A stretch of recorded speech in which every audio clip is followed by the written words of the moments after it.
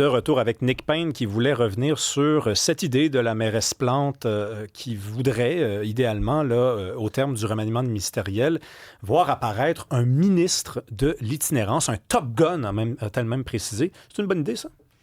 Oh là là, moi je pense que c'est encore plus de ce qui marche pas.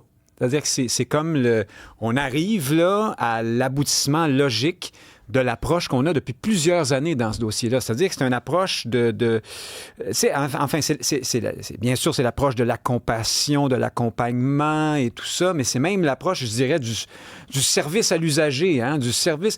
On consacre l'itinérance quand on parle, par exemple, de cohabitation. Oui, il faut améliorer la cohabitation. C'est comme si c'était entendu et normal et officiel qu'il y en aura toujours et beaucoup en plus. Tu sais, l'équilibre, je trouve, entre disons-le, une certaine forme de répression, de volonté de garder la ville vivable et justement la bienveillance, l'accompagnement, la main tendue a été rompue au fil du temps, je trouve, dans l'approche face à ce problème-là. Là, les tenants de la bienveillance, machin truc, ont gagné. Puis ça donne... J'ai l'impression qu'on incite ces populations-là à rester dans leurs problèmes, en somme. Je comprends que il y en a qui doivent s'arracher les cheveux en m'entendant. Peut-être que je simplifie le problème. Mais là, on va au... Peut-être que c'est la mairesse Plante qui simplifie le problème. Ben, on va au summum de ça en disant il va y avoir le ministre de l'itinérance. Imagine un ministère avec des budgets, pour faire quoi? Pour faire encore plus de... Avec des fonctionnaires, en passant. Avec des fonctionnaires, avec des normes, avec fort probablement l'absence de résultats. Donc, on peut déjà imaginer. J'ai apprécié comme la façon dont tu as abordé le sujet au début de l'émission, en parlant d'autres ministères qui n'ont pas réglé toutes sortes de problèmes.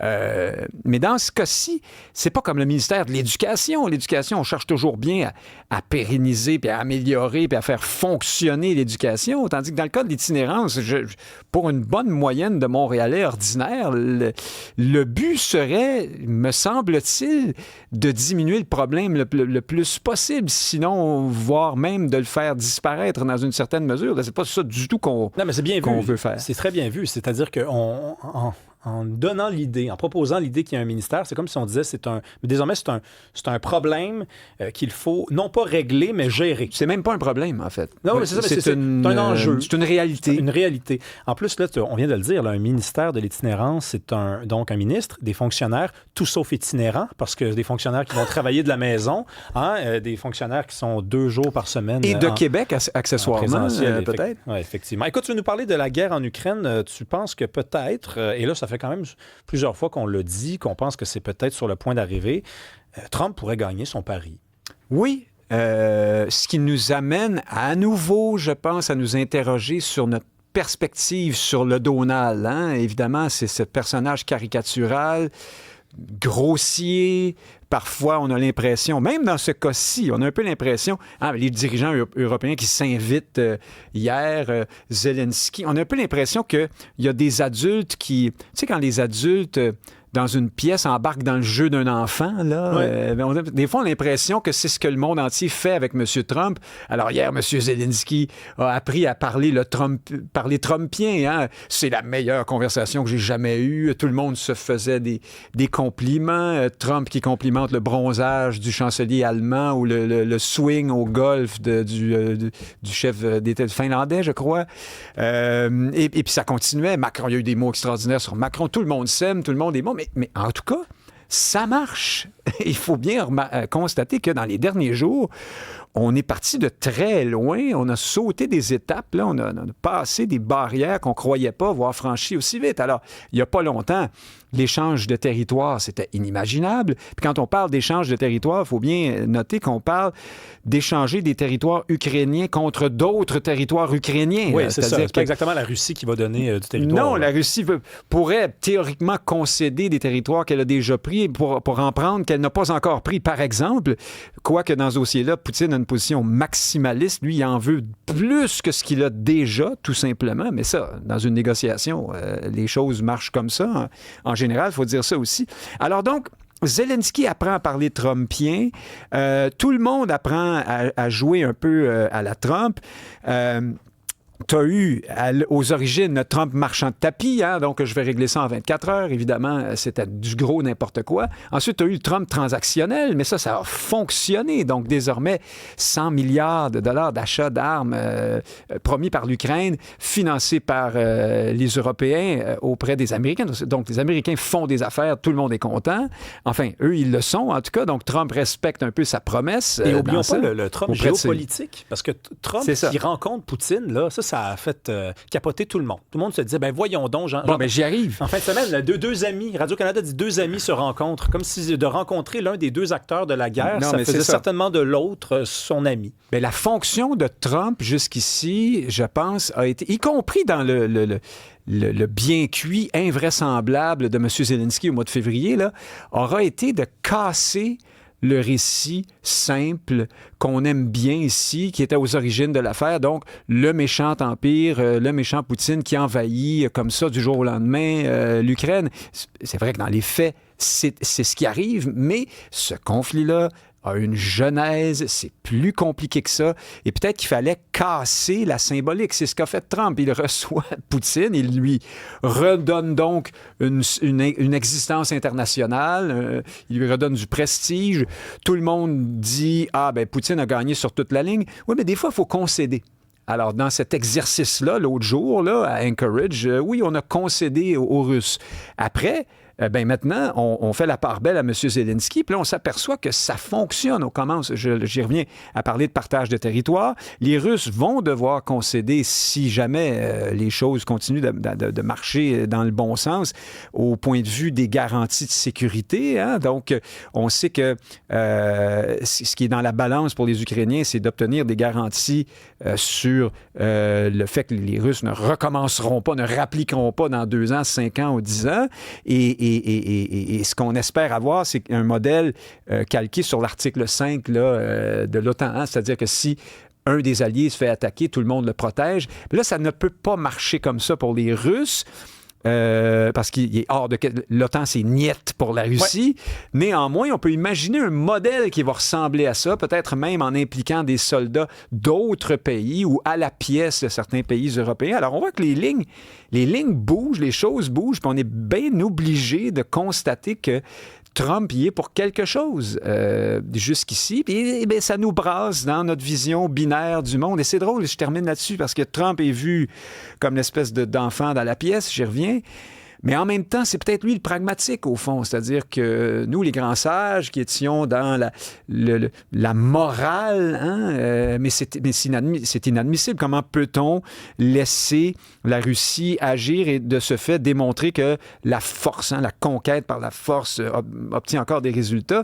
Bien là, on est obligé de revenir au réel puis au poids des divers acteurs en présence puis de concéder un peu, à moins qu'on veuille tous aller faire la guerre à la Russie, là, mais à ce que je sache, c'est vraiment pas notre volonté. Oui, la morale a été lourde et pesante et nous a empêchés de réfléchir et de voir clair. J'ajouterais, puis on va me le reprocher, puis peut-être même à toi, parce que tu es dans le même studio que moi en ce moment, puis ça ferait de toi un coupable par association. Mais on a, avec Trump, dans la stratégie, tu plaides coupable déjà, la stratégie de Trump vise à humaniser Poutine aussi, dans la mesure où on ne le présente que comme un monstre irrationnel qui n'est pas capable d'imaginer une résolution de conflit qui passerait par une transaction. Hein, on ne cesse de dire c'est un psychopathe, c'est-à-dire qu'il n'y a rien à faire avec lui. Qu'est-ce qu'on n'a pas entendu? Il est en train de devenir fou, il est en train de mourir. Il n'y a rien à faire avec lui. Il y a 2 ans. Alors, si on dit qu'il n'y a rien à faire avec lui, mais qu'on n'est pas prêt à lui faire la guerre, il reste juste une option. Il reste à essayer de faire quelque chose avec Poutine. Et ça veut dire quoi? Ça veut dire s'asseoir avec lui. Ça ne veut pas dire lui donner raison, mais ça veut dire accepter que les Ukrainiens ont perdu la guerre. Les Ukrainiens ont perdu la guerre. Et je pense que dans une guerre de territoire, si tu perds des territoires, tu as perdu la guerre, effectivement. Tout à fait. Donc là, on verra, parce qu'effectivement, ça fait plusieurs fois qu'on dit, parce que Trump parle avec Poutine, ou dit qu'il faudrait peut-être lui parler, il faudrait peut-être le recevoir, il faudrait organiser une rencontre à 3 ou une rencontre à 2. On dit souvent il a gagné son pari. Là, on est encore, par contre, dans la théorie. Chose certaine, on ne s'est jamais approché aussi près d'une résolution de conflit. Ouais, peut-être que tout va s'écrouler demain. Non, mais qu'avec Trump. C'est-à-dire qu'avec Biden, on n'était pas là du tout. Parlons de Pierre Poilievre, qui a gagné son élection hier. 80% des voix. Il y avait des gens qui disaient il y a 200 noms sur la liste. C'est rendu qu'il faut écrire le nom du candidat qu'on choisit. Peut-être qu'il va encore s'en faire passer un. Là, les conservateurs ont dit ça va faire. On sort la grosse machine, puis on commence à travailler. Là. Oui, alors évidemment, personne n'est surpris de cette victoire, ni du score stalinien. M. Poilievre n'a pris aucune chance de se présenter là-bas. Quelqu'un lui a cédé sa place. Inutile de dire que c'est un endroit hyper favorable aux conservateurs. Néanmoins, tu te souviens, il y a quelques jours, M. Poilievre lançait un autre slogan, il est bon là-dedans, M. Poilievre, ça ressemblait à Mon char, mon choix d'Éric Duhem. Là. C'était pour lutter contre les cibles de véhicules électriques et tout ça. Puis là, plusieurs ont dit, mais franchement, va-t-il un jour élargir, sortir de ces choses simples qui... Poilievre n'est pas là du tout en ce moment. Il a perdu la dernière élection, même avec un score plus qu'honorable. Il a perdu. La défaite, c'est dur, c'est compliqué. Tu retombes en bas de la montagne, puis il faut tout recommencer. Ça peut impliquer du grenouillage, des remises en question de son leadership. Alors là, qu'est-ce qu'il fait? Il revient aux questions fondamentales qui mobilisent son noyau électoral. Il faut qu'il recommence au début. Alors, si vous êtes tanné d'entendre Poilievre dire des choses que vous trouvez trop simples ou simplistes ou de faire des axes de taxes à gauche et à droite sans arrêt, bien, vous n'êtes pas sorti de l'auberge parce que c'est ce qu'on va entendre de M. Poilievre pour les mois à venir. Il n'est pas aux portes du pouvoir. Et je sais pas, Pierre, Nick, parce que Mark Carney est invisible et efficace. Alors, comment ça se fait que Poilievre, qui était visible, et là, pour dire visible, j'aurais envie de dire partout, et qu'il a été inefficace, pourquoi Poilievre ne changerait pas sa stratégie? Bien, alors, il a changé déjà sa directrice de campagne est partie, mais la stratégie qui consiste à mobiliser le noyau, ça, c'est pas un choix particulier à M. Poilievre et à sa campagne. C'est comme ça en politique. C'est pour ça que je dis qu'il va parler à son électorat pendant encore un bon bout de temps avant d'élargir à nouveau lorsqu'il y aura... Peut-être qu'il élargira plus cette fois-ci, la prochaine fois, lorsqu'il y aura une échéance électorale. Là, pour le moment, il n'y a rien d'imminent. Là. Alors, c'est plutôt en ce sens-là que je le disais. Après, oui, on sans doute fait des erreurs, les conservateurs, notamment dans la dernière campagne. Ils ont fait la campagne qu'ils devaient faire contre Justin Trudeau, alors que Trudeau était porté disparu. Hein? On a changé de paradigme chez les libéraux, donc ça a été très facile pour M. Carney de ce point de vue-là. Alors, il va continuer d'y avoir ce Poilievre belliqueux, parfois simpliste, mais qui parle, il faut le rappeler, à une grande partie de la population quand même. Mais penses-tu que le parti a fait un compromis avec lui ou enfin une sorte d'entente non écrite dans la mesure où c'est quand même le seul chef depuis, je ne sais pas, il faudrait remonter à très loin parce qu'Andrew Scheer a perdu une élection, est sorti, est resté dans le parti, mais a quitté la chefferie. Même chose pour Erin O'Toole.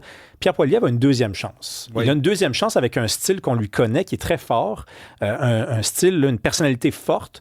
Peut-être que le parti lui a dit, là, on veut bien te garder, on n'a jamais fait un meilleur score que depuis Brian Mulroney, mais tu ne pourras pas mener la deuxième campagne qui s'en vient en 2028-2029 de la même manière qu'en 2025. Notamment, il va falloir que tu montres une équipe, hein, peut-être. Il va falloir qu'on va j'ai l'impression qu'on a dû lui demander ça, mais je pense aussi que, très simplement, on n'a pas vu de successeur. Y a-t-il quelqu'un de plus percutant et de plus... il est désormais très connu. On sait... Pour le meilleur et pour le pire, diront certains, où ils logent très précisément. Donc là-dessus, je pense que c'est encore leur meilleur cheval aux conservateurs. Ça a sans doute aidé Poilievre à rester en poste. Puis les conservateurs ont, je pense, un travail qui est plus facile que les libéraux lorsque vient le temps de choisir un chef parce qu'ils n'ont pas besoin du Québec. Donc, à la limite, ils pourraient prendre le meilleur candidat qui parle très mal français, le prendre parce surtout contre Carney. Hein? Surtout contre Carney, effectivement. Les attentes sont basses. Non, mais effectivement, mais les libéraux ont quand même toujours, ne serait-ce qu'en théorie, cette sensibilité-là à dire on a besoin du Québec, donc ça nous prend quelqu'un qui parle français. Donc, ça fait en sorte que lorsqu'on a, c'est comme le jeu Guess Who, on rappelle, on a des petits visages devant nous, puis on descend les visages comme ça, mais il y a plus de candidats quand on est conservateur que quand on est libéraux. Oui, c'est ça, exactement. Mais malgré ça, Poilievre est resté leur champion. Ça dit quelque chose quand même. Il est solide pour sa deuxième chance, mais la victoire a beaucoup de pairs, la défaite est toujours orpheline. On se laisse sur ce beau proverbe. Oui. Ça vient de qui? Ça vient de Nick Payne, peut-être de Molière, de Jean de La Fontaine. Merci beaucoup, Nick Payne. Régent Payne, oui.